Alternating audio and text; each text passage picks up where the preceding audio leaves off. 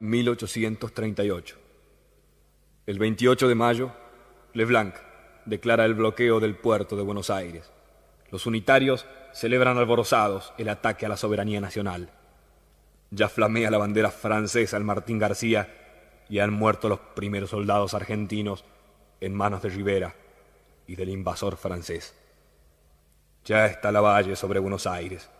Trae 2.500 hombres veteranos de 100 batallas, pero no ataca. Él había pensado que el pueblo de Buenos Aires se levantaría en armas contra Rosas al saber de su presencia, pero no sucede así, y comprende. Derrotado sin pelear, se marcha hacia el norte. Allí comienza su triste sendero de derrotas y frustraciones, que solo terminarán con la muerte. El 31 de octubre de 1841 se levanta el bloqueo y la bandera argentina es saludada con 21 salvas de los cañones de Francia. Año 1844. A partir de ese año, Rosas prepara la defensa del Paraná, pues ya conoce las intenciones que abrigan las potencias europeas de declarar la libre navegación entre los ríos interiores. La principal fortificación está en la Vuelta de Obligado. A las 8:30 del 20 de noviembre se inicia el ataque extranjero. Mansilla proclama a las tropas: allá los tenéis, considerad el insulto que hacen a la soberanía de nuestra patria, al navegar sin más título que la fuerza las aguas de un río que corre por el territorio de nuestro país. Pero no lo conseguirán impunemente. Tremola en el Paraná el pabellón azul y blanco, y debemos morir todos antes de verlo bajar de donde flamea. La banda de patricios comienza a tocar los compases del himno, que es coreado por todos. Oh, juremos con gloria morir. Entonces Mansilla da la señal de fuego con el tradicional ¡Viva la patria!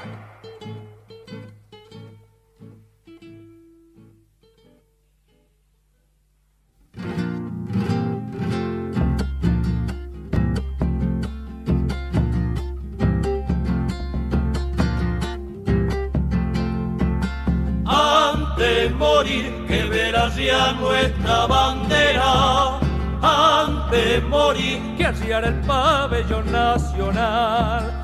No han de pasar, dijo Mansilla a su patricio, no han de pasar aguas arriba del Paraná. Suene el clarín, flamea en lo alto la bandera, suene el clarín, o juremos con gloria morir.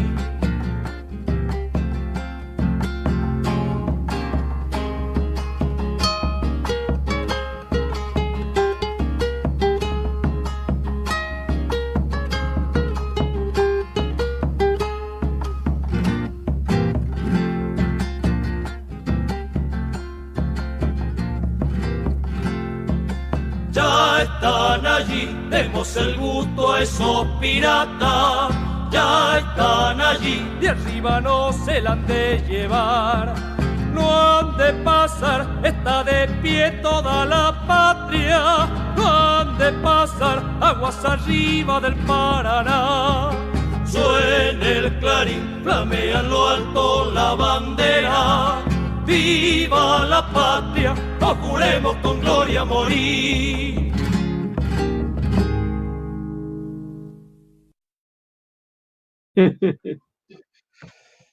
Bueno, Leandro, dame el ok y arranco, ¿eh?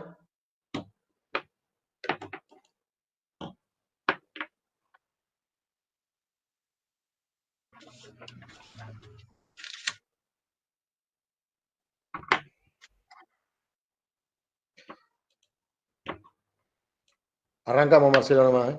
Sí, sí.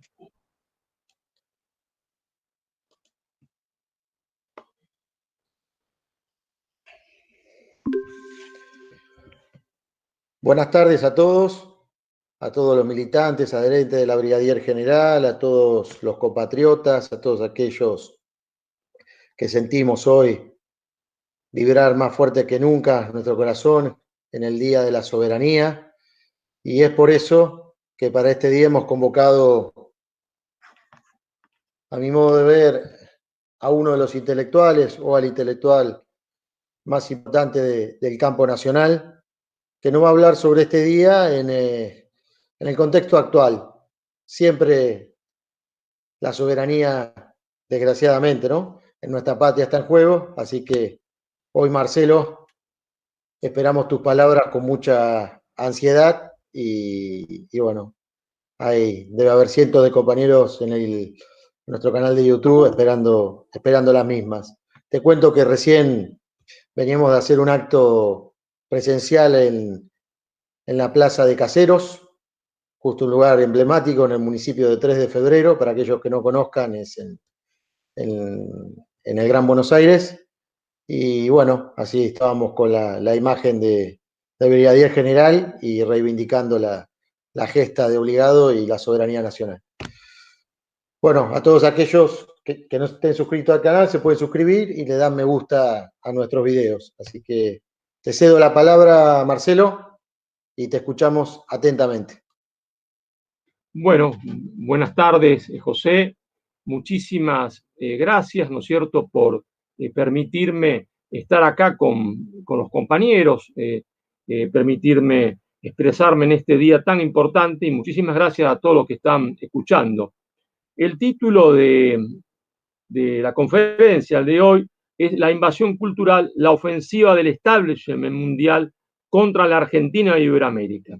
Pero claro, coincidentemente con este día, el Día de la Soberanía, el día en que festejamos, se entiende, como en Argentina, como Día de la Soberanía. Y entonces vamos a unir las dos cosas, vamos a unir, ¿no es cierto?, vamos a unir el pasado con el presente y con el futuro, porque la historia es la política que fue, y la política es historia en construcción, la historia en construcción. Cuando un pueblo, como un hombre, pierde la memoria, entonces está condenado al fracaso, porque un hombre que pierda la memoria no sabe de dónde vino y no sabe a dónde tiene que ir, no sabe a dónde tiene que ir. Por lo tanto, es importantísima la recuperación de la memoria histórica de Iberoamérica, la memoria histórica de la Argentina.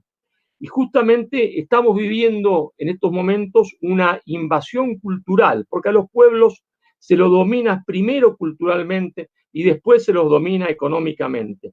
Esta invasión cultural tiene dos aristas, tiene dos ideologías de subordinación. Por un lado, ¿no es cierto?, tenemos el neoliberalismo y por otro lado tenemos el progresismo. Ahora, claro, ante esta invasión cultural, el ejemplo de Rosas para nosotros es fundamental, porque el ejemplo de Rosas nos muestra el camino para recuperar nuestra soberanía cultural. Porque Rosas no solo rechazó la invasión militar anglo-francesa y la derrotó, sino que Rosas también, ¿no es cierto?, derrotó a la penetración cultural británica. Y es acá cuando tenemos que hacer un poquito de historia, porque esa invasión, esa penetración cultural británica comenzó mucho antes, ¿no es cierto?, mucho antes de 1810, mucho antes de la independencia. Comenzó cuando estas tierras todavía pertenecían o estaban dentro del virreinato del Perú. Y les recuerdo que nosotros, los rioplatenses, nosotros hoy argentinos, fuimos más tiempo peruanos que rioplatenses, porque pertenecíamos al virreinato del Perú y pertenecíamos al virreinato del Perú mucho más tiempo que el que conformamos como virreinato del Río de la Plata.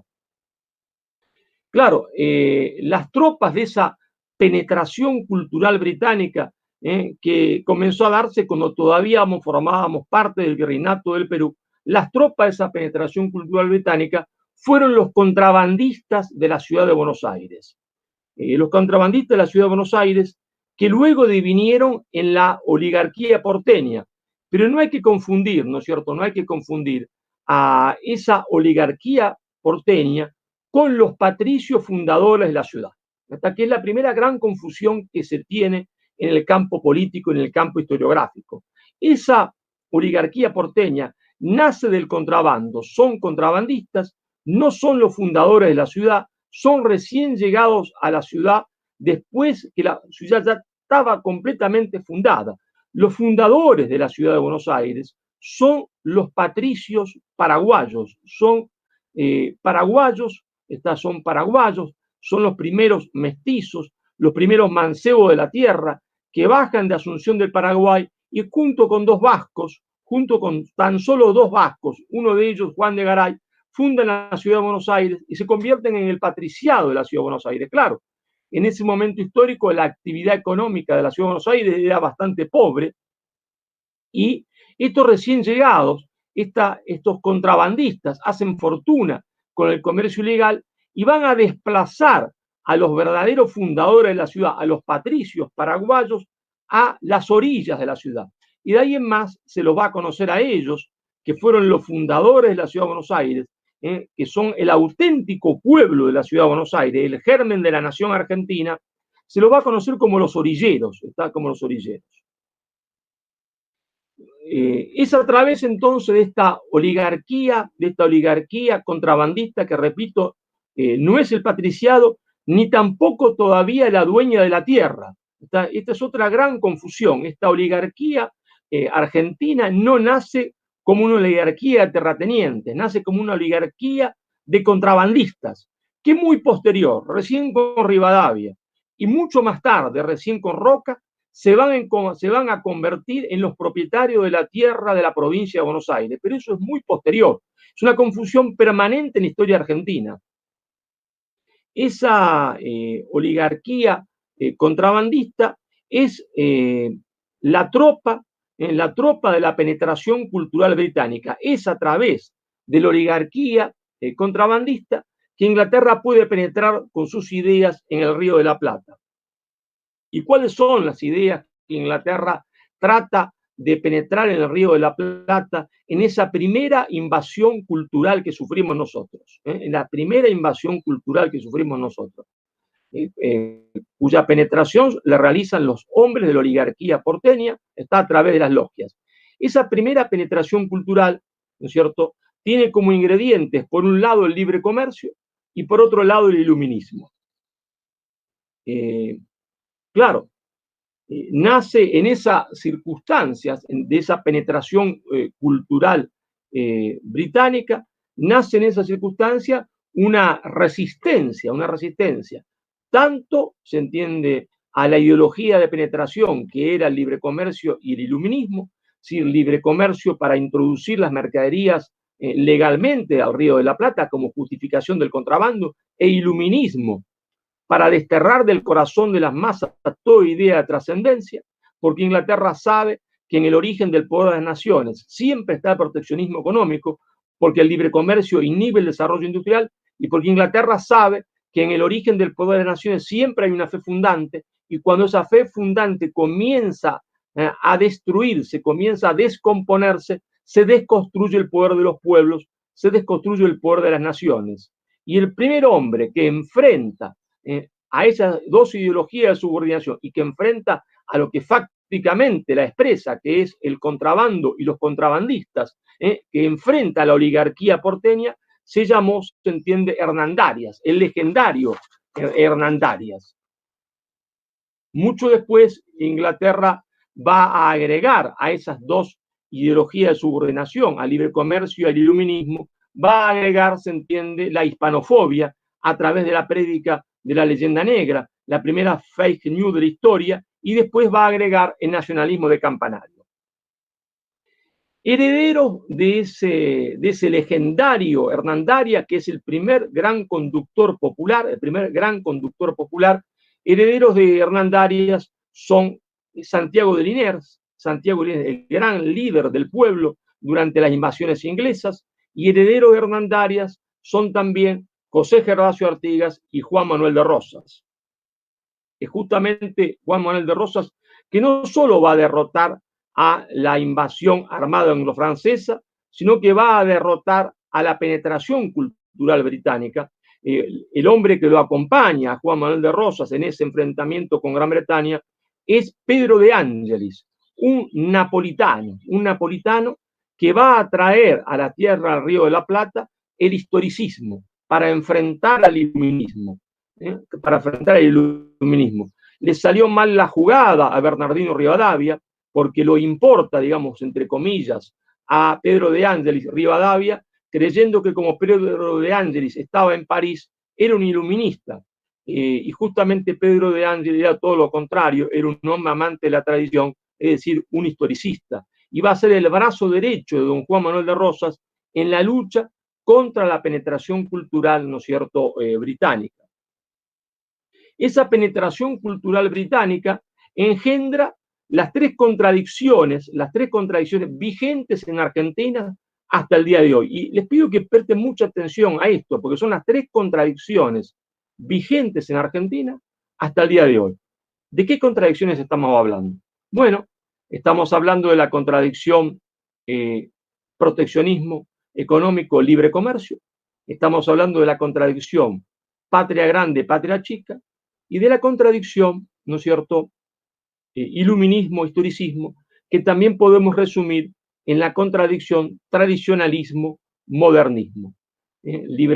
Proteccionismo, libre comercio, está los hombres del interior y lo más nacional de Buenos Aires a favor del proteccionismo económico, porque saben que sin proteccionismo económico no hay posibilidad de construir un país industrial, y sin industria no hay poder, y sin poder no hay soberanía. Sin poder, la soberanía se entiende simplemente, está una declaración en un papel, es decir, no vale ni siquiera el papel donde está escrita el acta de independencia.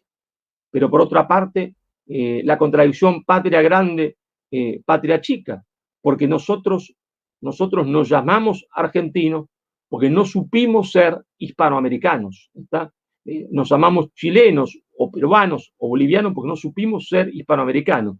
Había una sola nación que se extendía desde lo que hoy es California, casi Oregon, Texas, Arizona, hasta la Tierra del Fuego, y esa fue destruida por obra, se entiende, del imperialismo británico, aliado de las oligarquías locales, de las polis oligárquicas, de los hombres del puerto, en Buenos Aires, en Venezuela, con el puerto de Las Guailas, en Ecuador, en el puerto de Guayaquil, con el puerto de Valparaíso en Chile.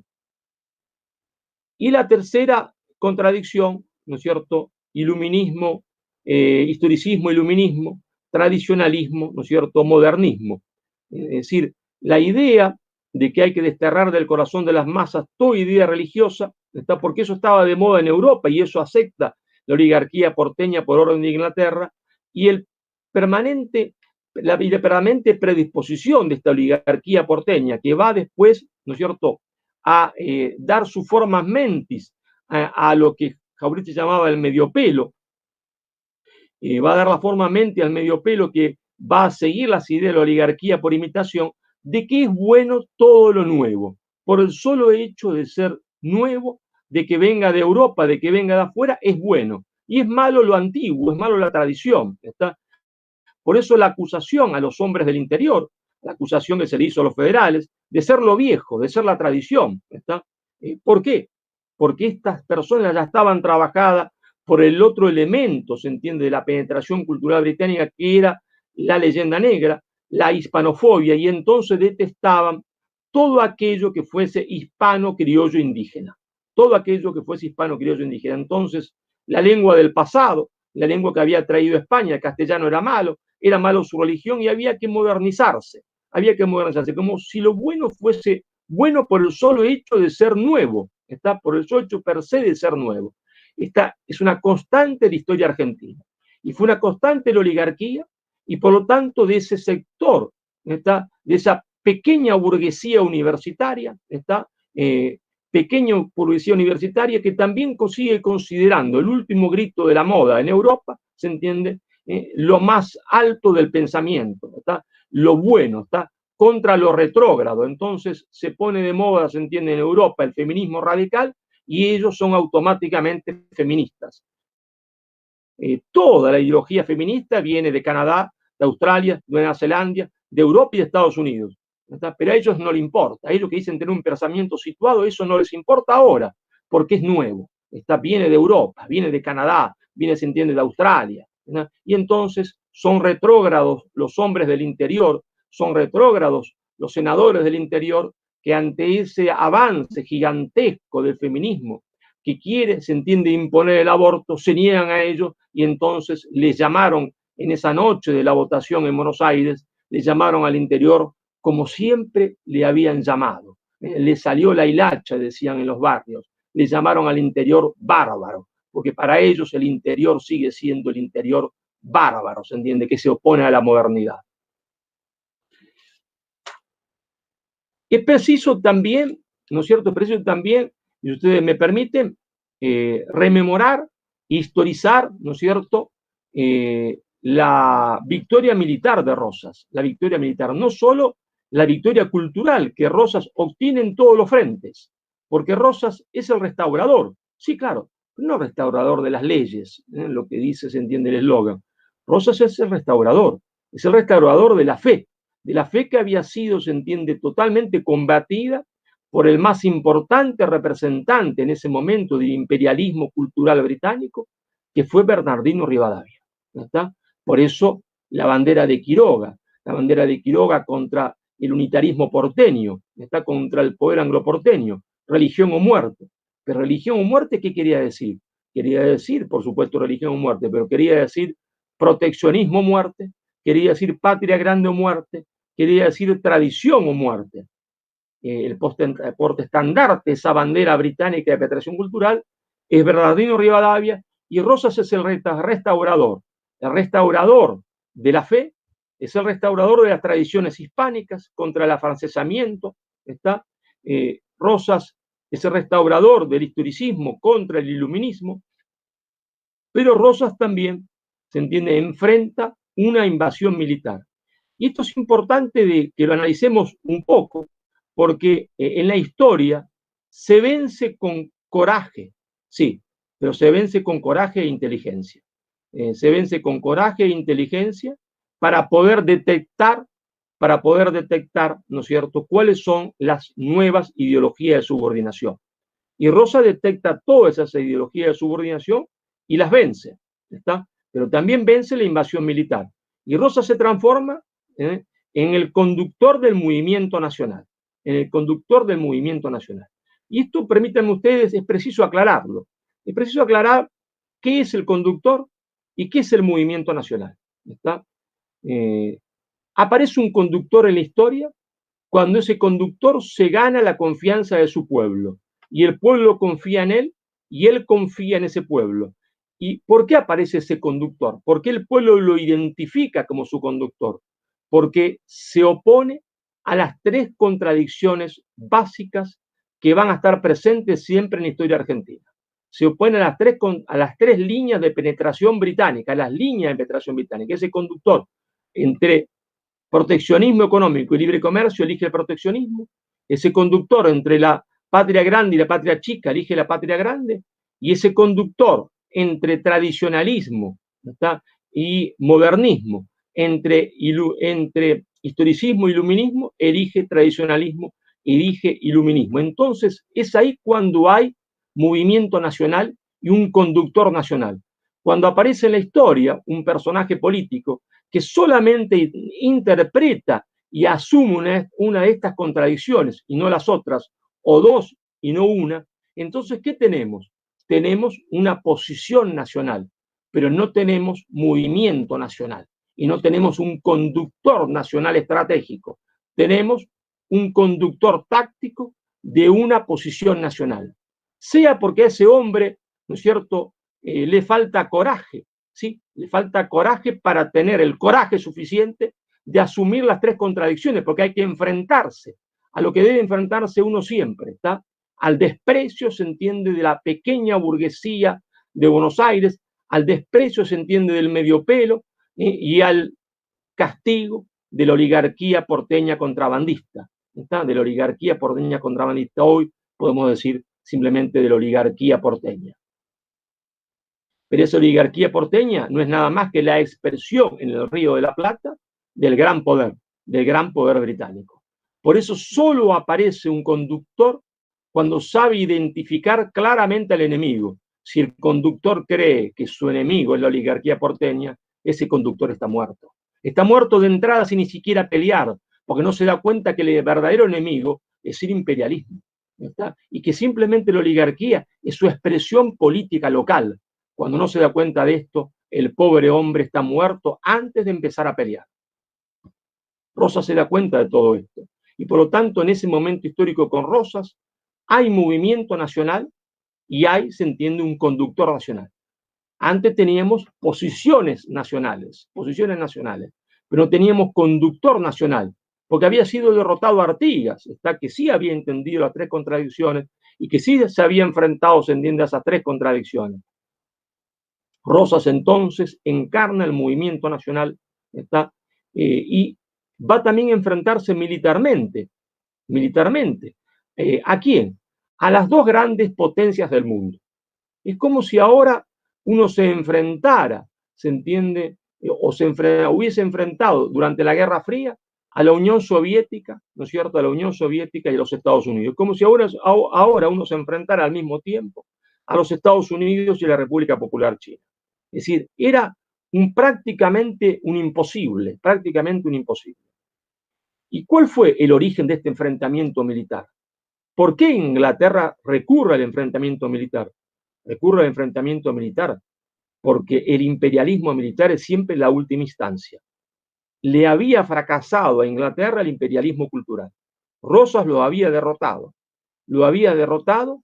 y en diciembre de 1835 pasa del pensamiento a la acción imponiendo la ley de aduanas, es decir, el proteccionismo económico, para hacer del Río de la Plata una potencia industrial, para hacer de la Confederación Argentina una potencia industrial, siguiendo el mismo camino que estaban realizando los Estados Unidos de Norteamérica a partir de la dupla Washington-Hamilton. Sí, estaba Rosas imitando el camino de los Estados Unidos de Norteamérica, que en ese momento era un país periférico, no un país dominante, y que había rechazado al libre comercio británico, es decir, que había comenzado rechazando ideológicamente al libre comercio británico, había aplicado un impulso total adecuado, es decir, estaba realizando su propia insubordinación fundante. Y Rosas, en diciembre de 1835, inicia la primera insubordinación fundante argentina. Entonces se ve obligado Inglaterra a intervenir. No quiere intervenir a cara descubierta, porque a cara descubierta ya ha sido derrotada. Ha sido derrotada y humillada. Sí, humillada, ¿no es cierto? Humillada en las calles de la ciudad de Buenos Aires, porque Inglaterra había mandado en la segunda invasión inglesa un ejército de 10.000 hombres, para una población de 40.000. Es como si hoy nos invadieran en proporción 1.200.000 soldados británicos, como si invadiesen la ciudad de Buenos Aires 1.200.000 soldados británicos. ¿Está? Una desproporción absoluta. Y sin embargo, el pueblo en armas, la nación en armas, derrotó, se entiende, a la invasión británica. Y por lo tanto, los británicos no quieren aparecer en un principio a cara descubierta. Mandan, se entiende, a los franceses. Claro, los franceses no van a trabajar gratis. Los franceses vienen porque los ingleses le han dicho que pueden quedarse con un pedacito de la torta. Pueden quedarse con la Mesopotamia, no como colonia, como protectorado, se entiende, francés. No es una exageración lo que estamos diciendo. Recuerden ustedes que en 1830 Francia invade Argelia para terminar con un dictador, con un tirano. Claro, se tomaron su tiempito porque invadieron Argelia en 1830 y se fueron en 1860 y pico. Se tomaron un tiempito, está en Argelia. Y es esa misma época en que consiguen su protectorado sobre Marruecos. Y entonces la promesa británica es que si derrotaban a Rosas y terminaban con su ley de aduanas, Francia podía quedarse con la Mesopotamia con un protectorado, con una parte de la Argentina que se iba a llamar la República de la Mesopotamia. Y esa República de la Mesopotamia enfeudada al poder francés con un acuerdo de defensa militar y de libre comercio mutuo. Claro, no pudieron, pero nosotros tenemos que rescatar este momento histórico y ver también y ubicarnos en este momento histórico y hacer aparecer ahora en escena nada menos que al general San Martín. ¿Por qué? Porque se ha dicho y se han escrito barbaridades sobre esta guerra del Paraná. se han dicho desde un falso y pseudo revisionismo histórico que fue una escaramuza. Nada más incierto que esto. Fue una verdadera guerra, una segunda guerra de la independencia. Y entonces permítanme ustedes, ¿no es cierto? Permítanme ustedes leer algo que, por supuesto, los alumnos de escuela secundaria no se les enseña en la mayoría de los colegios, tampoco se enseñan en la universidad, porque descubrirían la verdad, ¿está? Que son las cartas de San Martín a Rosas, las cartas de San Martín a Rosas, ¿está? San Martín está en su propio exilio al cual ha sido obligado por Rivadavia. San Martín va a llamar a Rivadavia ese hombre de alma negra, el gran agente del imperialismo británico en el Río de la Plata. Y entonces, claro, ante la invasión francesa, la invasión de la segunda potencia del mundo, ¿no? San Martín le escribe a Rosas para ponerse a sus órdenes, sí, para venir a combatir en contra de los franceses. Veamos lo que dice San Martín. Grambourg, cerca de París, 5 de agosto de 1838. Excelentísimo señor capitán general don Juan Manuel de Rosas, mi muy señor mío y respetable general. He visto por los papeles públicos quieren decir los diarios, ¿no? El bloqueo que el gobierno francés ha establecido contra nuestro país. Ignoro los resultados de esta medida. Si son los de la guerra, yo sé lo que mi deber me impone como americano. Pero en mis circunstancias, y de la que no fuese a creer que me supongo un hombre necesario, hacen por un exceso de delicadeza que usted sabrá valorar. Si usted me cree de alguna utilidad, que espere sus órdenes. 3 días después de haberlas recibido, me pondré en marcha para servir a la patria honradamente en cualquier clase que se me destine. Fíjense ustedes esto, ¿no? San Martín, el viejo militar, le pide 3 días, solamente 3 días para arreglar sus papeles y ponerse en marcha para desenvainar su espada nuevamente. Si usted me cree de alguna utilidad, que espere sus órdenes. 3 días después de haberlas recibido, me pondré en marcha a servir a la patria honradamente en cualquier clase que se me destine. Concluida la guerra, me retiraré a un rincón. Esto es si mi país me ofrece seguridad y orden. De lo contrario, regresaré a Europa, con el sentimiento de no poder dejar mis huesos en la patria que me vio nacer. He aquí, general, el objeto de esta carta.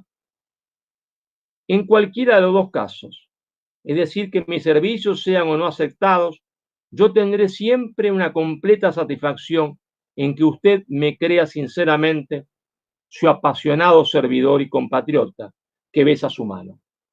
Fíjese usted el tenor, ¿no es cierto?, de la carta de San Martín a Rosas. Hay también en estos momentos históricos otra carta muy importante que San Martín va a escribir a uno de sus más íntimos amigos. Es la carta de San Martín a Tomás Guido, fechada en Grambourg el 10 de mayo de 1846. Y leamos una pequeña parte de esta carta. Está, ¿no es cierto?, hablando de la invasión militar al Río de la Plata. ¿Y qué dice San Martín? A un tal proceder, es decir, a la invasión que estaban sufriendo los hombres del Río de la Plata, la Argentina, la Confederación Argentina, a un tal proceder no nos queda otro partido que el de no mirar el porvenir. Es decir, no importa si nos matan, quiere decir esto, está no mirar el porvenir, no importa nada del futuro. Y cumplir con el deber de hombres libres, sea cual fuere la suerte que nos depare el destino, es decir, vencer o morir. Que por mí no sería en un momento dudosa en nuestro favor si todos los argentinos se persuadiesen del deshonor que recaerá sobre nuestra patria si las naciones europeas triunfan en esta contienda. Si todos los argentinos se persuadiesen del deshonor que recaerá sobre nuestra patria si las naciones europeas triunfan en esta contienda. No era una guerrita, no era una escaramuza como por ahí los falsos revisionistas están diciendo. Convencido de esta verdad, crea usted, mi buen amigo, que jamás me ha sido tan sensible, no tanto mi avanzada edad, como el estado precario de mi salud, que me priva en esta circunstancia ofrecer a la patria mis servicios, no por los que puedan valer, sino para demostrar a nuestros compatriotas que aquella tenía aún un viejo servidor, cuando se trata de resistir la agresión más injusta y la más inicua de que haya habido ejemplar. Quiero recordarles a ustedes esto que ya he dicho, es decir, es la invasión, se entiende, primero francesa y después anglo-francesa, de las dos principales potencias del mundo. Y claro, dije yo, se vence con coraje, pero tal vez se vence con coraje y con inteligencia. Es sabido, ustedes lo saben, Rosas le ordena a Mansilla detener a la flota anglo-francesa en la vuelta de Obligado, ahí cerquita de San Pedro, donde el río pega una vuelta. Ahí Mansilla va a cruzar las cadenas, pero en realidad la vuelta de Obligado que nosotros festejamos es el 20 de noviembre, el día de la batalla de la vuelta de Obligado, es una derrota, no es una victoria militar. Es una derrota porque no estábamos preparados y porque no teníamos la inteligencia suficiente en ese momento. Coraje, el coraje de los hombres se entiende extraordinario, extraordinario coraje porque cuando ya no había municiones, cuando ya no teníamos con qué tirarle, entonces los franceses decidieron desembarcar, creyendo que nosotros nos íbamos a rendir, que éramos empanadas que se comían de un solo bocado. Se equivocaron. Y lo reconoció el propio, se entiende, comandante francés. Desembarcamos porque ya no tenían con qué combatir, no tenían con qué tirarnos, y creíamos que se iban a rendir. Nosotros estábamos armados hasta los dientes, relatan sus cartas, y sin embargo, dice el francés, vi algo, se entiende, que nunca creía que podría haber. Los hombres se abalanzaron sobre nosotros con sus cuchillos, con sus sables, con sus bayonetas, ¿verdad? Ese hombre tomó, después que nos derrotó, la bandera argentina ensangrentada y se la llevó como trofeo, se entiende, a París. Fue tal la vergüenza que le dio después que la devolvió, sí, la devolvió porque sentía vergüenza de habernos derrotado, porque nos había derrotado con la superioridad de su técnica, con la superioridad militar, con la superioridad de tener más suministros y más municiones, pero el coraje estaba del lado nuestro. No estaba del lado de ellos, el coraje estaba del lado nuestro. Es saber morir sin importar nada, porque se cree en la trascendencia. Y cuando uno cree en la trascendencia es inmortal, claro, porque no le importa la muerte. El enemigo no puede derrotarlo porque uno no cree en la muerte, cree en la vida después de la muerte. Y en la vida después de la muerte creían nuestros criollos, los criollos que enfrentaron, se entiende, a los franceses y a los ingleses de obligado. Pero la verdad es que fuimos derrotados. Y la verdad es que triunfamos ¿dónde? Triunfamos después. Triunfamos en Quebracho porque tuvimos más inteligencia.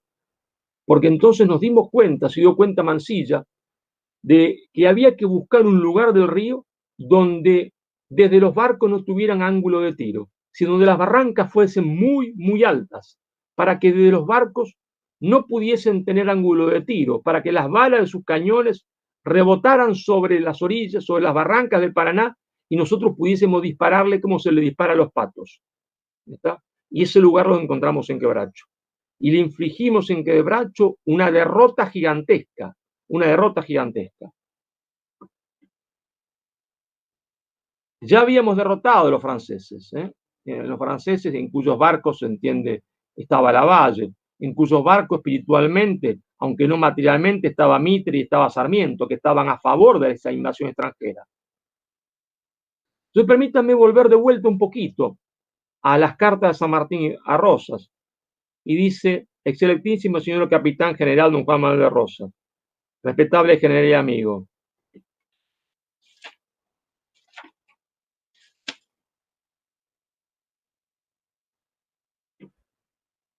A pesar de la distancia que me separa de nuestra patria, usted me hará justicia de creer que sus triunfos son un gran consuelo a mi achacosa vejez. Así es que he tenido una verdadera satisfacción el saber el levantamiento del injusto bloqueo con que nos hostilizaban las dos primeras naciones de Europa. Esta satisfacción es tanto más completa cuanto el honor del país no ha tenido nada que sufrir y, por el contrario, presenta a todos los nuevos estados americanos un modelo a seguir.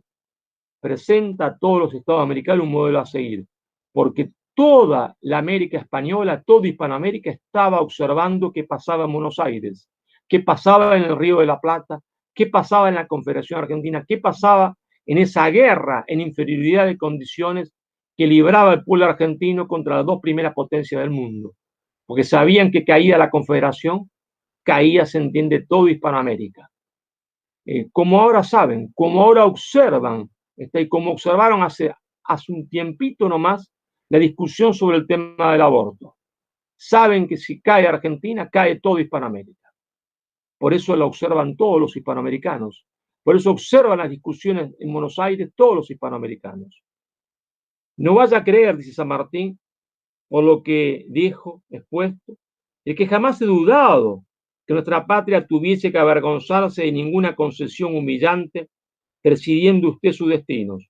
Por el contrario, más bien, he creído en no tirarse usted demasiado a la cuerda de las negociaciones seguidas cuando se trata del honor nacional.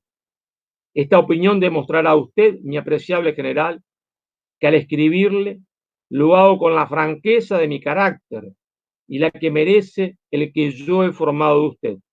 Por tales acontecimientos, recibe usted y nuestra patria mis más sinceras enhorabuenas. Fíjense el tono ya de amigo con que San Martín le escribe a Rosas, ¿no? Por eso una de sus últimas cartas, Boulogne-sur-Mer, 6 de mayo de 1850, dice: excelentísimo señor gobernador y capitán general don Juan Manuel de Rosa, y pone San Martín, mi respetado general y amigo, y amigo. No es mi ánimo quitar a usted con una larga carta el precioso tiempo que emplea en beneficio de nuestra patria. Como argentino, me llena de un verdadero orgullo al ver la prosperidad que había obtenido a través de la ley de aduana, ¿no?, de fomento del industrialismo, la paz interior, el orden y el honor restablecidos en nuestra querida patria. Y todos estos progresos efectuados en medio de circunstancias tan difíciles en que pocos estados se habrán hallado. Por tantos bienes realizados, yo felicito a usted sinceramente, como igualmente a toda la Confederación Argentina. Claro, Rosas nos enseñó el camino.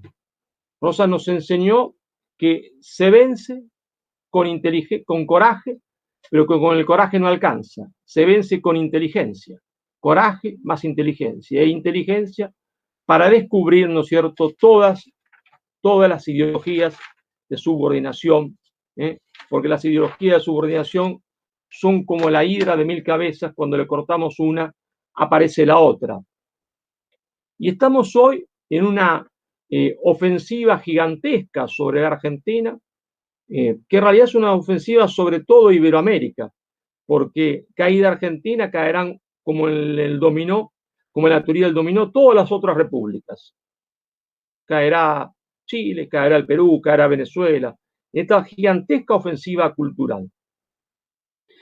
Esta gigantesca ofensiva cultural se engloba, se entiende, dentro de las dos ideologías de subordinación que hace años predica la oligarquía financiera mundial, el establishment mundial, cuyo corazón siempre es la oligarquía financiera mundial, que son el neoliberalismo y el progresismo. Pero esta ofensiva en estos momentos históricos tiene dos particularidades, es decir, hacen hincapié en dos aspectos, van a predicar dos aspectos de estas ideologías de subordinación.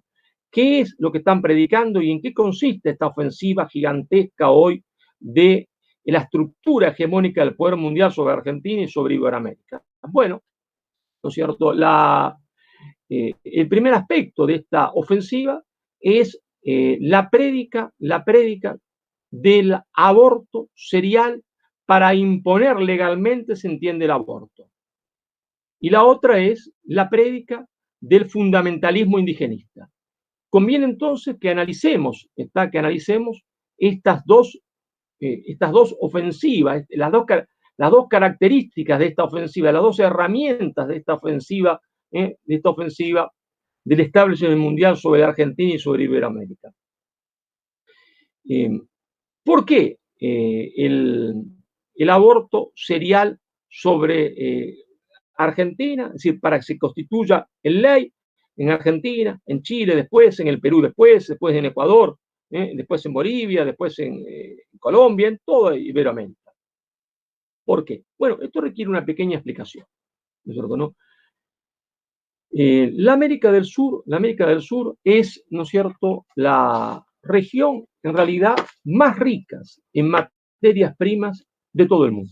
Sin duda, es el gran reservorio, se entiende, el gran reservorio de materias primas del mundo. Seremos, decía Perón, si somos inteligentes, los ricos del futuro. Lo decía en el 73 sabiendo esto, que éramos el gran reservorio, decía Perón, de materias primas del mundo. ¿Está? De la gran diversidad, ¿está? Del mundo, en materia de flora, en materia de fauna, en materia de climas. No lo es el África. No lo es el África y es mucho más rica, se entiende, la América del Sur, porque se da una cuestión de que no reflexionamos, pero que está ahí, que lo da la geografía, que es la existencia de la cordillera de los Andes. La cordillera de los Andes, la columna vertebral de la América del Sur, hace que la América del Sur tenga todos los climas existentes en el mundo y tenga la mayor diversidad en flora y fauna del mundo, pero también hace que tenga la mayor riqueza minera del mundo. La mayor riqueza minera del mundo, sí, la mayor riqueza minera del mundo. Pero a diferencia del África, que tenga una densidad de población mucho menor, ¿está? Y ellos quieren mantener esto. Es falso que las políticas se entiende falso, que las políticas se entiende de aborto, está, que la ley de aborto no provoque después una disminución de la natalidad. Es absolutamente falso, históricamente falso. Veamos unos pequeños detalles, se entiende, unos pequeños detalles sobre, se entiende, la densidad, sobre la densidad de población que tiene la América del Sur y que tiene la Argentina, y sobre entonces la necesidad de tener población, porque sin población no hay mercado interno, sin mercado interno no hay industria, y sin industria no hay poder, y sin poder no hay soberanía, y sin soberanía no hay justicia social. Sin soberanía no hay justicia social. Sin soberanía lo que hay, se entiende, simplemente inclusión social. Repartir la renta agraria o minera, ¿está? Pero sin cambiar jamás la estructura económica profunda y la estructura social profunda. La Argentina tiene, según casi todos estamos de acuerdo en esto, 2.780.400 kilómetros cuadrados. ¿Está? Con el censo, el último censo, que nos da 40.117.000 habitantes. Es decir, que tiene 14,4 habitantes por kilómetro cuadrado. Fíjense ustedes, 14,4 habitantes por kilómetro cuadrado. Ahora, esto no nos dice nada si yo no les digo que Argentina tiene, como dijimos antes, 2.780.400 kilómetros cuadrados y que Alemania tiene 375.580 kilómetros cuadrados, con 83 millones de habitantes aproximadamente, y tiene una densidad de 233 habitantes por kilómetro cuadrado. En Alemania viven y viven bien, está gracias a la industria, gracias a que es una potencia industrial. 233 habitantes por kilómetro cuadrado, pero fue una potencia industrial porque tuvo población, porque primero su industria fue a partir del mercado interno, a partir de un proceso de sustitución de importaciones, a partir, se entiende, la realización de su insubordinación fundante, que permitió su industrialización para luego después exportar. Pero también comparemos con España. España tiene 505.935 kilómetros cuadrados, aproximadamente 47 millones de habitantes, 47.329.000, y tiene 94 habitantes por kilómetro cuadrado. La Argentina, repito, tiene 14.4, pero claro, absolutamente más repartidos, con un espacio gigantesco que es la Patagonia, absolutamente vacío. ¿Me permiten ustedes darle algunas cifras? Ténganme un poquito de paciencia. Yo sé que aburrir es un poco, que leer es un poco ser aburrido. Fíjense ustedes, la provincia de Chubut, 224.000 kilómetros cuadrados aproximadamente. 500.000 habitantes aproximadamente según el censo de 2010, 2.3 habitantes por kilómetro cuadrado. Y la provincia de Santa Cruz, 243.000 kilómetros cuadrados, un poquito más, 243.943, con 272.524 habitantes, tiene apenas 1.1 habitantes por kilómetro cuadrado. 1 habitante por kilómetro cuadrado. ¿Está? Fíjense ustedes que si sumamos Santa Cruz y Chubut, está, más o menos estamos en la superficie de Alemania. Más o menos estamos en la superficie de Alemania, pero sumando Chubut y Santa Cruz no hacemos 800.000 habitantes y hacemos 2 habitantes por kilómetro cuadrado, mientras que Alemania tiene 233.000 habitantes por kilómetro cuadrado, ¿verdad? Pero esta situación de la Argentina también es la situación de la América del Sur, ¿eh?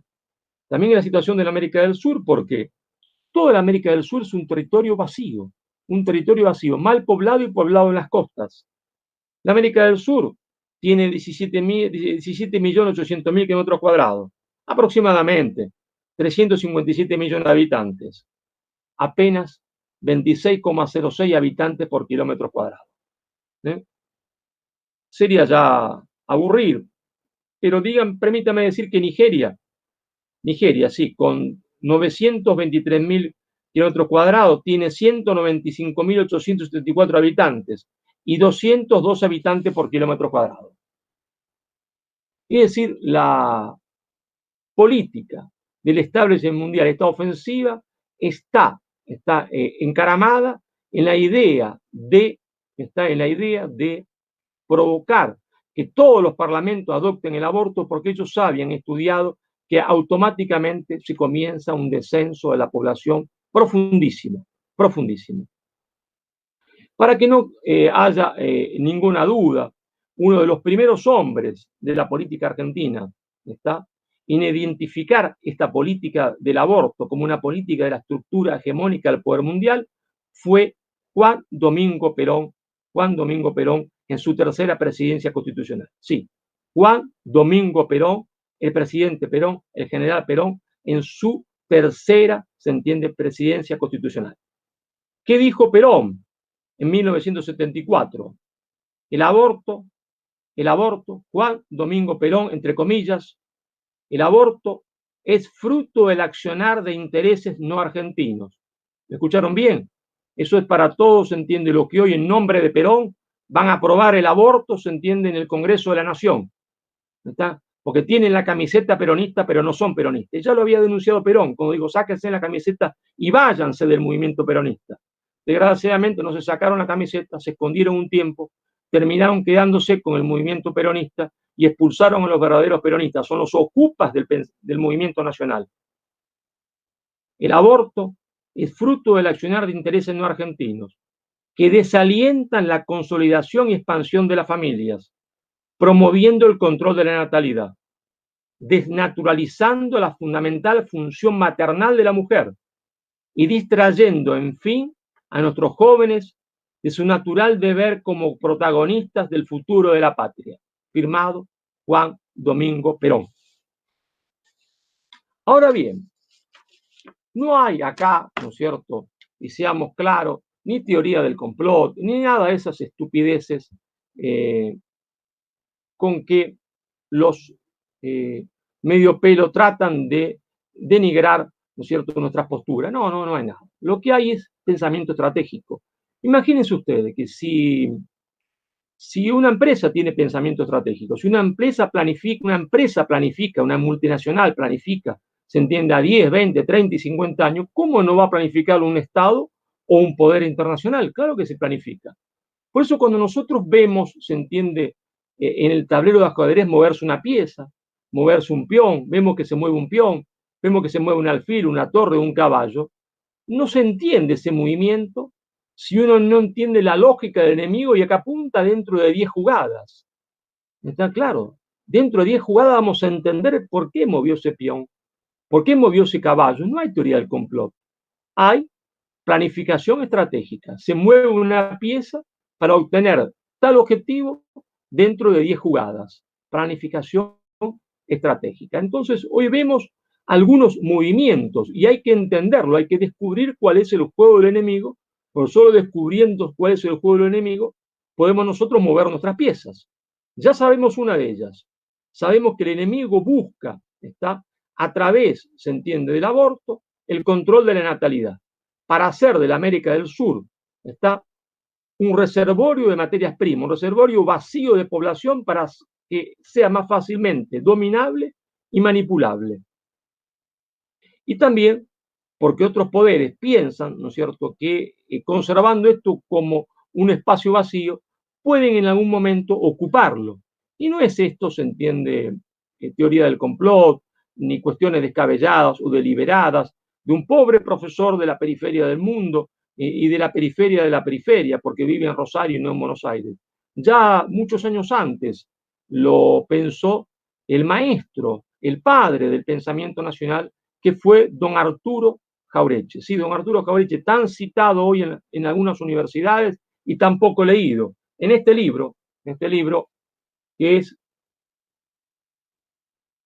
Ejército y Política, Patria Grande o Patria Chica, Arturo Jauretche al final se ocupa del tema de la Patagonia y dice, la Patagonia puede ser, ¿no es cierto?, la Patagonia puede ser nuestra Texas, puede ser nuestra Texas, ¿está?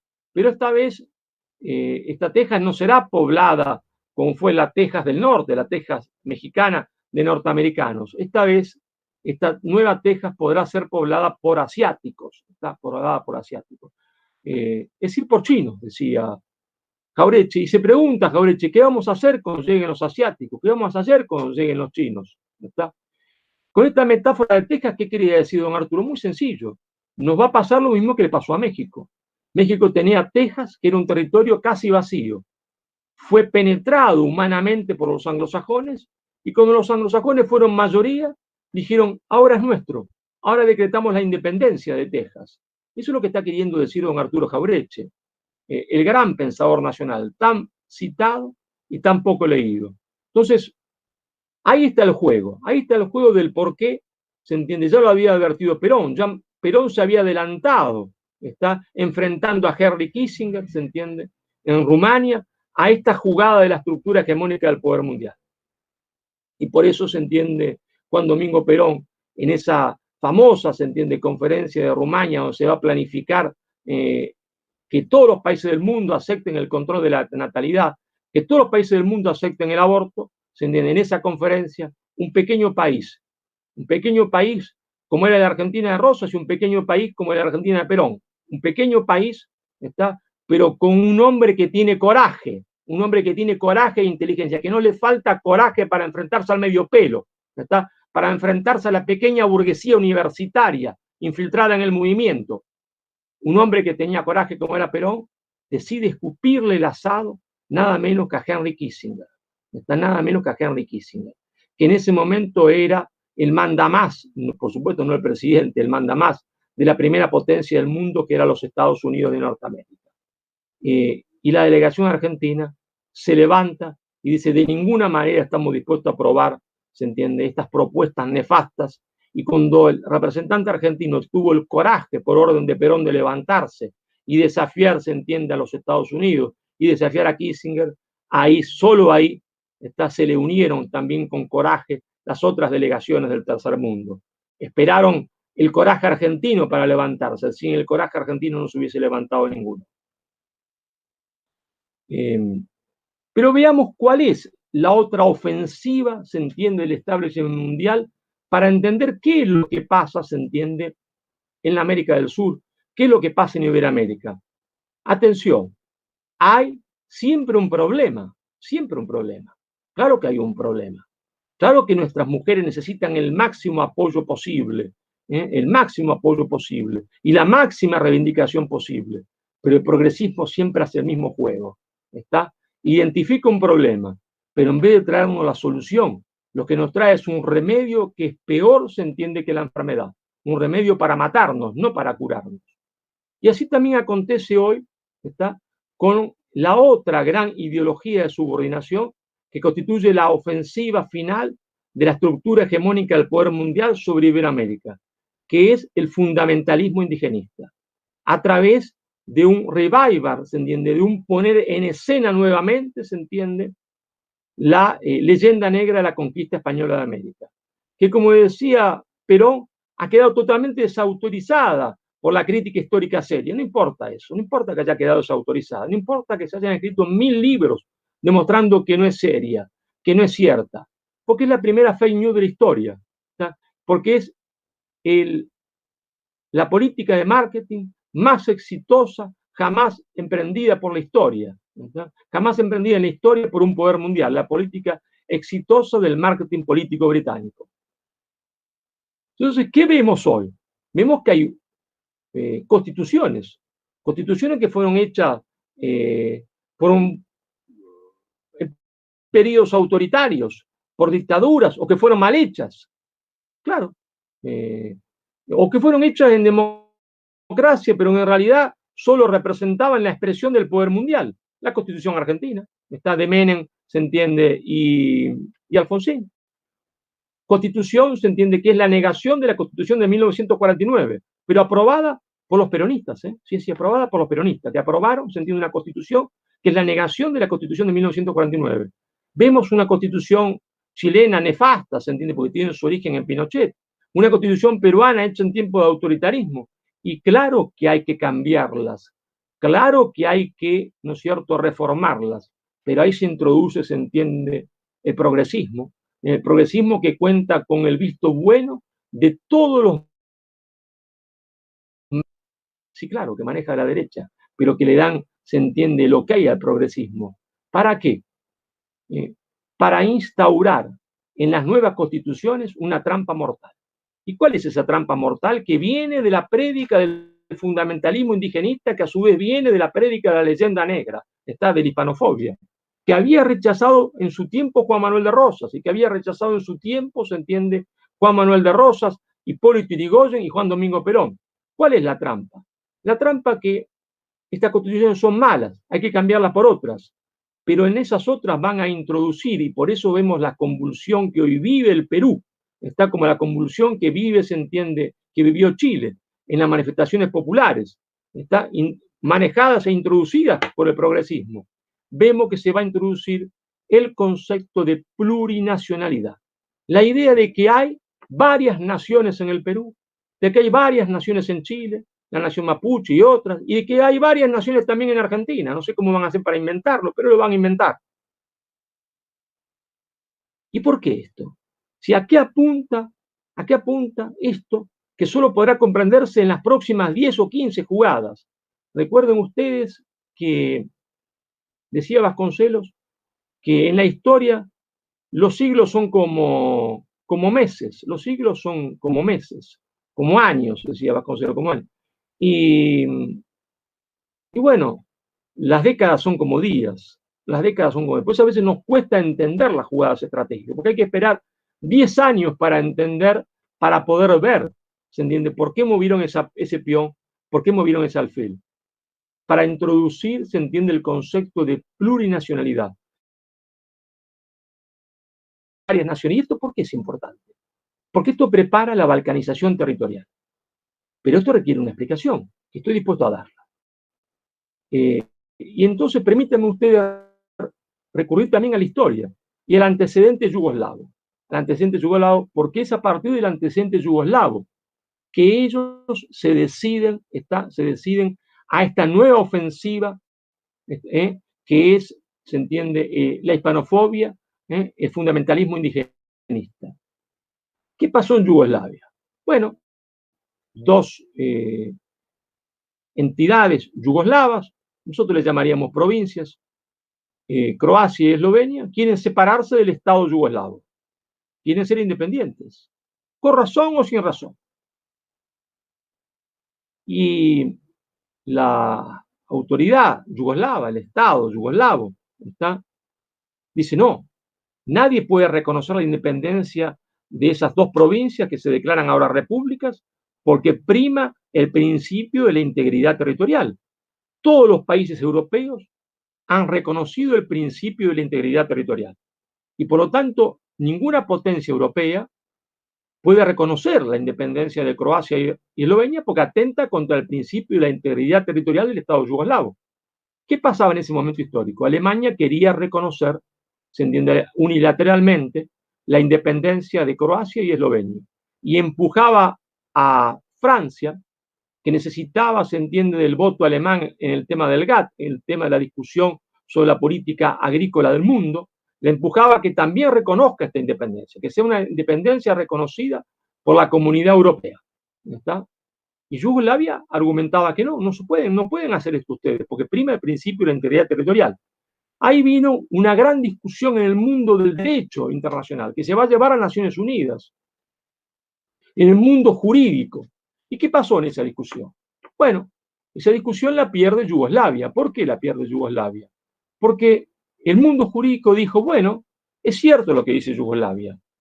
Naciones Unidas y el derecho internacional consagra el principio de integridad territorial, salvo cuando un Estado ha reconocido que en su seno existen diversas naciones y distintas naciones.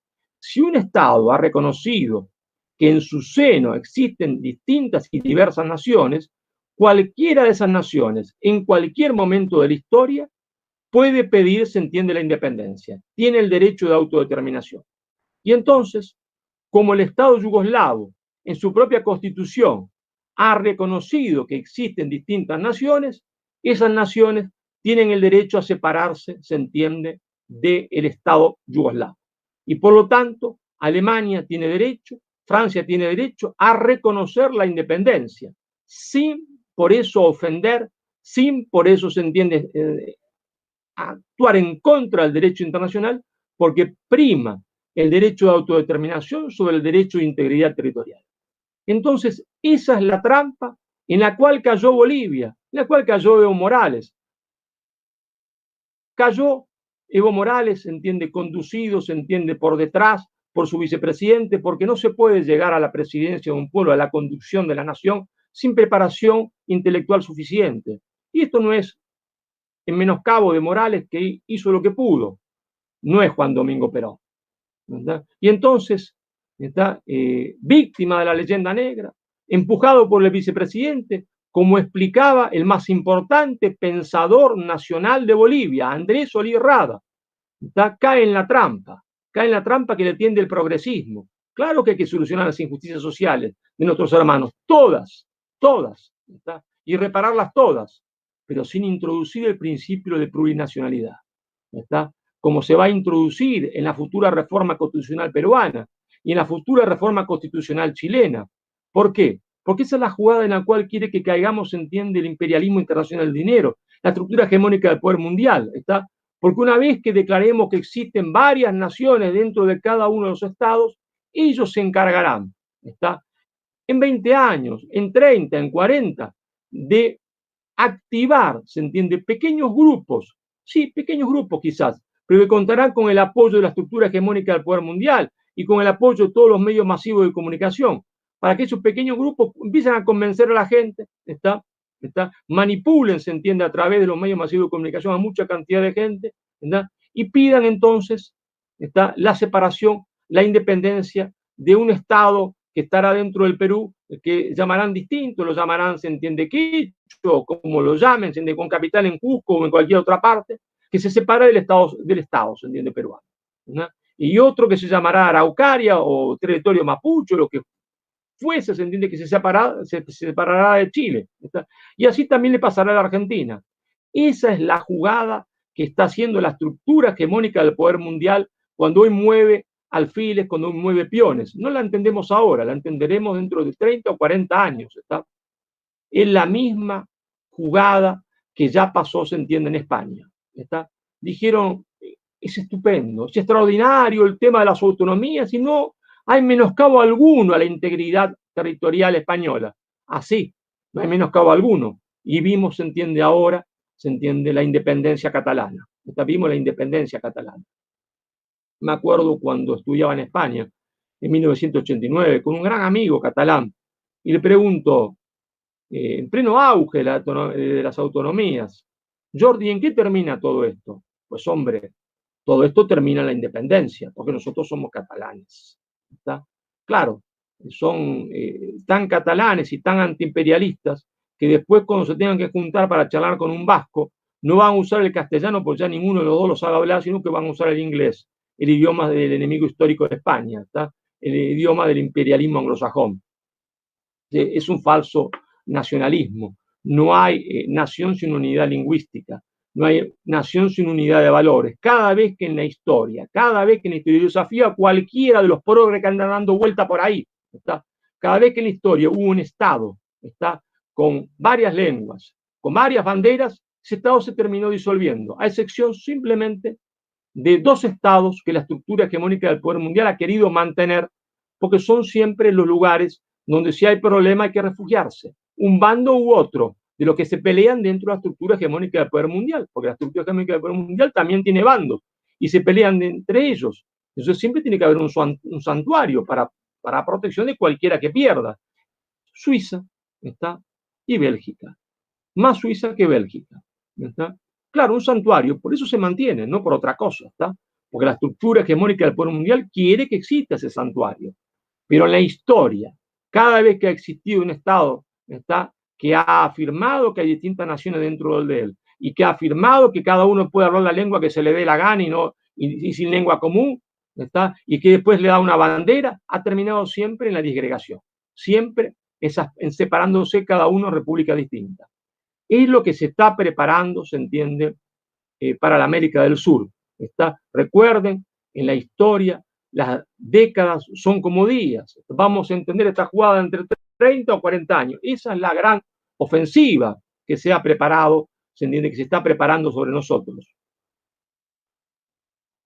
Hoy nosotros somos una semicolonia, sí, somos una semicolonia, ¿está?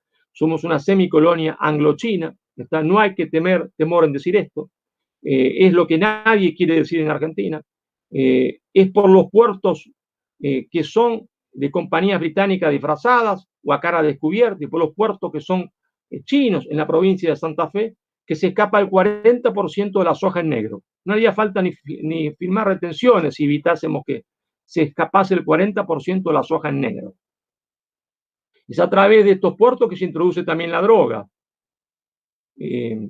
Somos una colonia anglo-china porque la cordillera de los Andes está siendo saqueada por compañías británicas disfrazadas de sudafricana, de canadiense, de la que corno fuese, ¿está? Que se come en la montaña y que con una declaración jurada nos dicen cuánto oro había por tonelada, se entiende, de barro que se llevaron, una declaración jurada hecha en Vancouver. El zorro dice cuántas ovejas se comió. Somos una semicolonia, ¿está? Porque la flota pesquera china depreda el mar territorial argentino, ¿está? Depreda la riqueza hitícola de Argentina sin que nadie diga nada ni alce la voz. No se atreven a alzar la voz porque le tienen miedo. Esa es la verdad, le tienen miedo, ¿está? Rosas y Perón no tuvieron miedo a nada ni a nadie. Rosas y Perón no tuvieron miedo a nada ni a nadie. Lo que no quiere decir ser imprudente, no. Quiere ser muy realista. Realista como fueron Rosas y como fueron Perón y como fueron sentido el brigadier López en Santa Fe. Realistas, pero no miedosos. Realistas, no miedosos.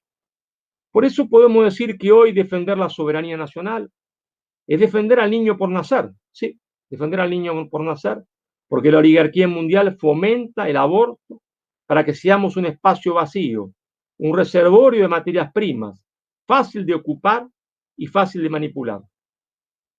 Podemos decir, ¿no es cierto?, que hoy defender la soberanía nacional es defender la industria nacional. Contra se entiende el libre comercio, sea con los Estados Unidos, sea con China, porque sin industria no hay trabajo, sin trabajo no hay familia, sin familia no hay nación. Y hoy defender la soberanía nacional es defender el proceso de integración en la América del Sur, porque sin proceso de integración no tendremos nunca el poder suficiente, no alcanzaremos nunca el umbral de poder suficiente para enfrentarnos a la hegemonía hegemónica del poder mundial. Y hoy, aunque esto sea difícil de decir, porque lo llenan a uno de insultos de aquellos que se dicen peronistas, pero que opinan todo lo contrario de lo que opinó Perón. ¿Está? Hoy, defender la soberanía nacional es denunciar el fundamentalismo indigenista, sí, denunciar el fundamentalismo indigenista que no tiene nada que ver con la justa reivindicación de nuestros hermanos. Denunciar se entiende la hispanofobia, ¿está? Y denunciar la leyenda negra. Es hoy defender la soberanía nacional. ¿Está? Permítanme ustedes, ¿está? A riesgo de que digan que soy cansador y aburrido, volver a leer, ¿está? Como hice en otra conferencia, como esta, ¿está? Lo que opinó Juan Domingo Perón, lo que opinaba Juan Domingo Perón sobre la conquista española de América, ¿no? Porque eso es, por lo menos debería ser, ¿está? Para los peronistas, está definitivo y definitorio. Su obra civilizadora, cumplida en tierra de América, no tiene parangón en la historia, es única en el mundo. Su empresa tuvo el signo de una auténtica misión. Y eso porque la España que vino, está América, era una España premoderna, no moderna, es anterior a la modernidad, no era imperialista, ¿está? Porque es anterior a la modernidad. El hombre español todavía no tenía la cabeza llena de materialismo, eso quiere decir que es premoderna, ¿no? Que todavía su cabeza no tenía un único objetivo, que es el lucro, como lo tiene el hombre moderno. Ella no vino a las Indias, ávida de ganancias y dispuesta a volver la espalda y marcharse una vez exprimido y saboreado el fruto. Llegaba para que fuera cumplida y hermosa realidad el mandato póstumo de la reina Isabel, de atraer a los pueblos de Indias y convertirlos al servicio de Dios. Traía para ellos la buena nueva de la fe revelada, expresada en el idioma más hermoso de la tierra. Juan Domingo Perón. Venía para que esos pueblos se organizasen bajo el imperio del derecho y vivieran pacíficamente. No aspiraban a destruir el indio, sino a ganarlo para la fe y dignificarlo como ser humano. Como no podía ocurrir de otra manera, su empresa fue desprestigiada por sus enemigos y su epopeya objeto de escarnio, pasto de intriga y blanco de calumnia, juzgándose con criterio de mercaderes lo que había sido una empresa de héroes. Todas las armas fueron probadas, se recurrió a la mentira, se tergiversó cuanto se había hecho, se tejió en torno suyo una leyenda plagada de infundios y se la propagó a los cuatro vientos, la misma que hoy propaga el 80% de la dirigencia que se dice peronista. Y todo con un propósito avieso, porque la difusión de la leyenda negra que ha pulverizado la crítica histórica seria, dice Perón, que ha pulverizado la crítica histórica seria y desapasionada, interesaba doblemente a los aprovechados detractores. Por una parte, les servía para echar un baldón a la cultura heredada por la comunidad de los pueblos hermanos que constituimos Hispanoamérica. Por la otra, procuraba fomentar así en nosotros una inferioridad espiritual propicia a sus fines imperialistas. Pero claro, saldrán entonces algunos a decir, y Evita nunca tuvo con el gran amor de su vida ninguna diferencia doctrinaria, ninguna diferencia ideológica. Ambos eran la misma cosa. Los unía el amor, un amor de una pasión increíble, y los unía también los mismos principios y los mismos ideales. Por eso Evita mucho más dura que Perón, está mucho más dura que Perón. Dijo cosas que hoy nadie se atrevería a decir. Y dijo cosas que contradicen, se entiende, aquellos que hoy salen con una bandera de Evita y le hacen poner un pañuelo verde. Está falseando, se entiende, todo lo que Evita pensó, sintió y gritó. Decía Evita, a los cuatro vientos lo gritaba, decía Evita, la leyenda negra, con que la Reforma se ingenió en denigrar la empresa más grande y más noble que conocen los siglos, como fueron el descubrimiento y la conquista, solo tuvo validez en el mercado de los tontos o de los interesados. A nadie engañó que no quisiera ser engañado. Fíjense ustedes, ¿no? Solo tuvo validez en el mercado de los tontos o de los desinteresados, o de los interesados, es decir, de los mercenarios. A nadie engañó que no quisiera ser engañado. Pero todavía dijo cosas mucho más fuertes, ¿está? Mucho más fuerte. Y la crítica histórica seria que pulverizó la leyenda negra no ha cambiado, ¿no? Lo que ha cambiado es que la fake news ha tenido nuevos voceros, ¿está? Y lo que ha cambiado es que nadie se atreve, se entiende, a enfrentarse, se entiende, a la progresía.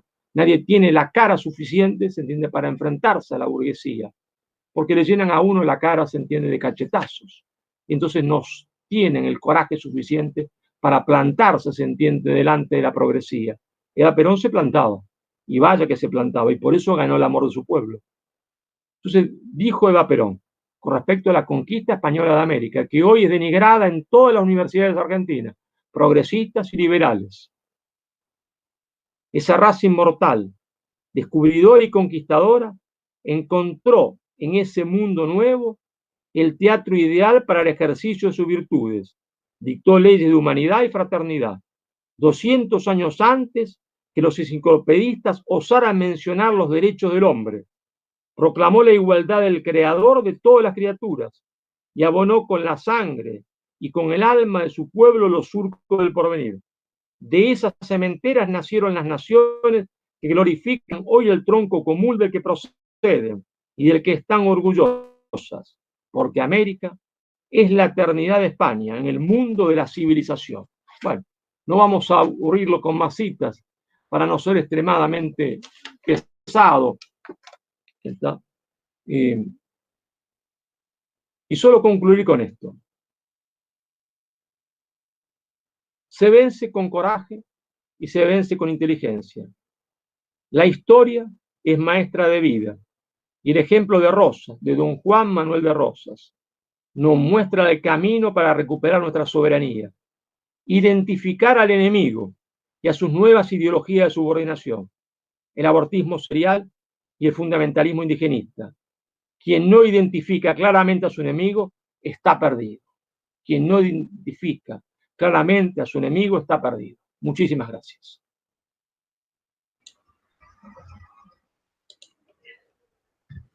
Marcelo, querido, extraordinaria como siempre la exposición y con una claridad meridiana.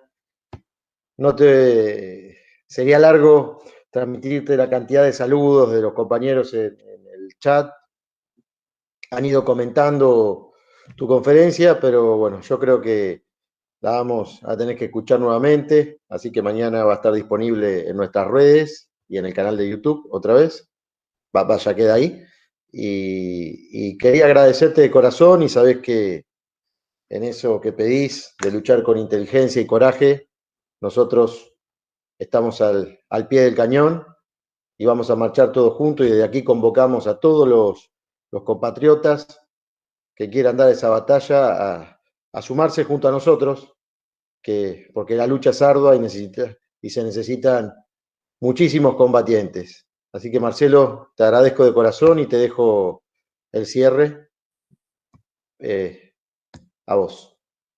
Bueno, simplemente que nosotros vivimos horas fundamentales en Argentina y en todo el continente iberoamericano para poder tomar el toro por las astas y recomponer, ¿se entiende?, reconstruir el movimiento nacional. Nosotros necesitamos reconstruir el movimiento nacional. El movimiento nacional ha sido vaciado desde adentro, ha sido vaciado en la década del 90 con la introducción del neoliberalismo, ha sido vaciado en los últimos años con la introducción, se entiende, del abortismo serial y el fundamentalismo indigenista, que son las columnas vertebrales del progresismo. Y nosotros solo podremos triunfar cuando volvamos a Perón, y rechacemos al mismo tiempo al progresismo y al neoliberalismo y al progresismo. Pero como he dicho ya con ustedes, ¿no es cierto? Como he dicho ya con ustedes, Perón no pertenece al pasado, Perón pertenece al futuro, porque en el pensamiento de Perón, están las claves para resolver los problemas que hoy tenemos que afrontar y para rechazar estas dos ideologías de subordinación. Vemos y hemos visto cómo Perón fue el primero en entender que querían mantenernos como un espacio vacío, y el primero en entender, se entiende, que querían una política de la natalidad para que este espacio permaneciese con la menor cantidad de gente posible. Fue Perón el primero en entender la política, se entiende, del imperialismo internacional del dinero, la política del imperialismo anglosajón, tendiente a crear una falsa historia, una falsificación de la historia que comenzó con la leyenda negra, y fue el primero en rechazarla, con su gran discurso, apoyándose en ese gran mensaje, se entiende, que creó Hipólito Yrigoyen cuando establece el Día de la Raza. Bueno, está en Perón, se entiende, las claves, se entiende, para afrontar estas dos ideologías de subordinación. Solo cuando seamos capaces, cuando tengamos el valor suficiente de rechazar esta ideología de subordinación, podemos reconstruir el movimiento nacional. Contra algunos que lo intentan, están, se entiende, los ignorantes, están, se entiende, los malintencionados que se le acercan y le dicen, no, porque eso es separar, eso es dividir, eso es separar, eso es dividir. Perón tuvo al lado suyo, y fueron cuadros tácticos al lado suyo, socialistas, claro, y tuvo comunistas, que Perón condujo, y mucha gente que no era exactamente del pensamiento de Perón, pero por conducir a todos y por incorporarlos a todos, Perón nunca renunció, se entiende, a las 20 verdades, a repetir una y otra vez las 20 verdades. Entre ellas, la que ningún dirigente peronista hoy se atreve a decir, que somos una filosofía de vida profundamente cristiana. Perón jamás. Incorporaba a todos, sí, pero se incorporaba a la doctrina de Perón, a la conducción de Perón, pero a la conducción que se hacía a partir de una doctrina, no a partir de un eslogan, no a partir de una persona, porque para Perón organizar era adoctrinar, dice Perón en Conducción Política. ¿Qué es organizar? Organizar es adoctrinar. ¿Y qué es el pueblo? Dice Perón. El pueblo es la masa organizada. ¿Y qué es organizar? Adoctrinar. Y Perón nunca renunció a eso. Nunca renunció a eso. Los incorporaba, pero los incorporaba si aceptaban esta doctrina. Si no estaban en contra de esta doctrina. A todos los hombres de buena voluntad, fuesen creyentes o no creyentes, fuesen cristianos o no cristianos, a todos, pero siempre y cuando no fuesen anti esta doctrina. Y entonces nosotros tenemos que saber que nosotros no somos ni sectarios ni excluyentes, pero que no siendo sectarios, que no siendo ni sectarios ni excluyentes, no renunciamos jamás a nuestras banderas, y a nuestra doctrina, y a nuestra doctrina. Bueno, si nosotros somos capaces de conformar, esto en la acción, lograremos entonces reconstruir el movimiento nacional, lograremos reconstruir, se entiende, la Argentina, salir de la miseria material, pero también de la miseria espiritual que vive hoy nuestro pueblo. Nuestro pueblo está sujeto a la pobreza material, pero también a la pobreza espiritual. Y reconstruyendo la Argentina, seremos un ejemplo, como fue la Argentina de Rosas y como fue la Argentina de Perón, para poder reconstruir la patria grande, porque nuestra única posibilidad de enfrentar al poder mundial es enfrentarlos unidos con nuestros, se entiende, hermanos de la América del Sur, con nuestros hermanos de Iberoamérica y de Hispanoamérica, no solamente porque los necesitemos para poder combatir contra el enemigo común, sino porque en realidad somos un mismo pueblo, somos un pueblo continente, que no pudo ser un solo Estado, que no pudo constituirse en una nación. Somos una nación inconclusa, una nación inconclusa que se fragmentó en 20 y pico de estados y que ahora la oligarquía financiera mundial va a tratar de que cada uno de estos fragmentos vuelva a fragmentarse, ¿está?, en otros estados y quede vacío para así poder mejor dominarlos. Como decía Perón, ¿está?, que Dios y la Virgen nos ayude si somos capaces de ayudarlo a Dios. Y si nosotros no somos capaces de ayudarlo a Dios, entonces tendremos merecido desaparecer de la historia. Muchísimas gracias. Viva la patria. Gracias, viva Marcelo. La patria, viva Perón, viva los grandes caudillos populares como José Gervasio Artigas, como se entiende Aya de la Torre, como Leiser Gaitán, como Aparicio Saravia. Vivan todos aquellos que se jugaron la vida y perdieron la vida o murieron en el exilio por enfrentarse, entiende, a la oligarquía mundial, por enfrentar al imperialismo. Bueno, con esta arenga del compañero Marcelo Gullo, presidente del Partido de Principios y Valores en Santa Fe, pero más importante que eso, dirigente e intelectual del movimiento nacional, y con el cual vamos a dar la batalla a la cual nos está convocando para recuperar nuestra patria en la faz espiritual, moral y material. Nos despedimos hasta nuestra próxima conferencia. Gracias, Marcelo, por tu tiempo, por dedicarnos esta enorme conferencia en el Día de la Soberanía. Y les decimos hasta luego a todos aquellos que están mirando y nos vemos pronto, si Dios quiere, y nos encomendamos a nuestro Señor Jesucristo y a la Virgen de Luján. Un abrazo grande y hasta la próxima. Gracias a ustedes. Muchas gracias.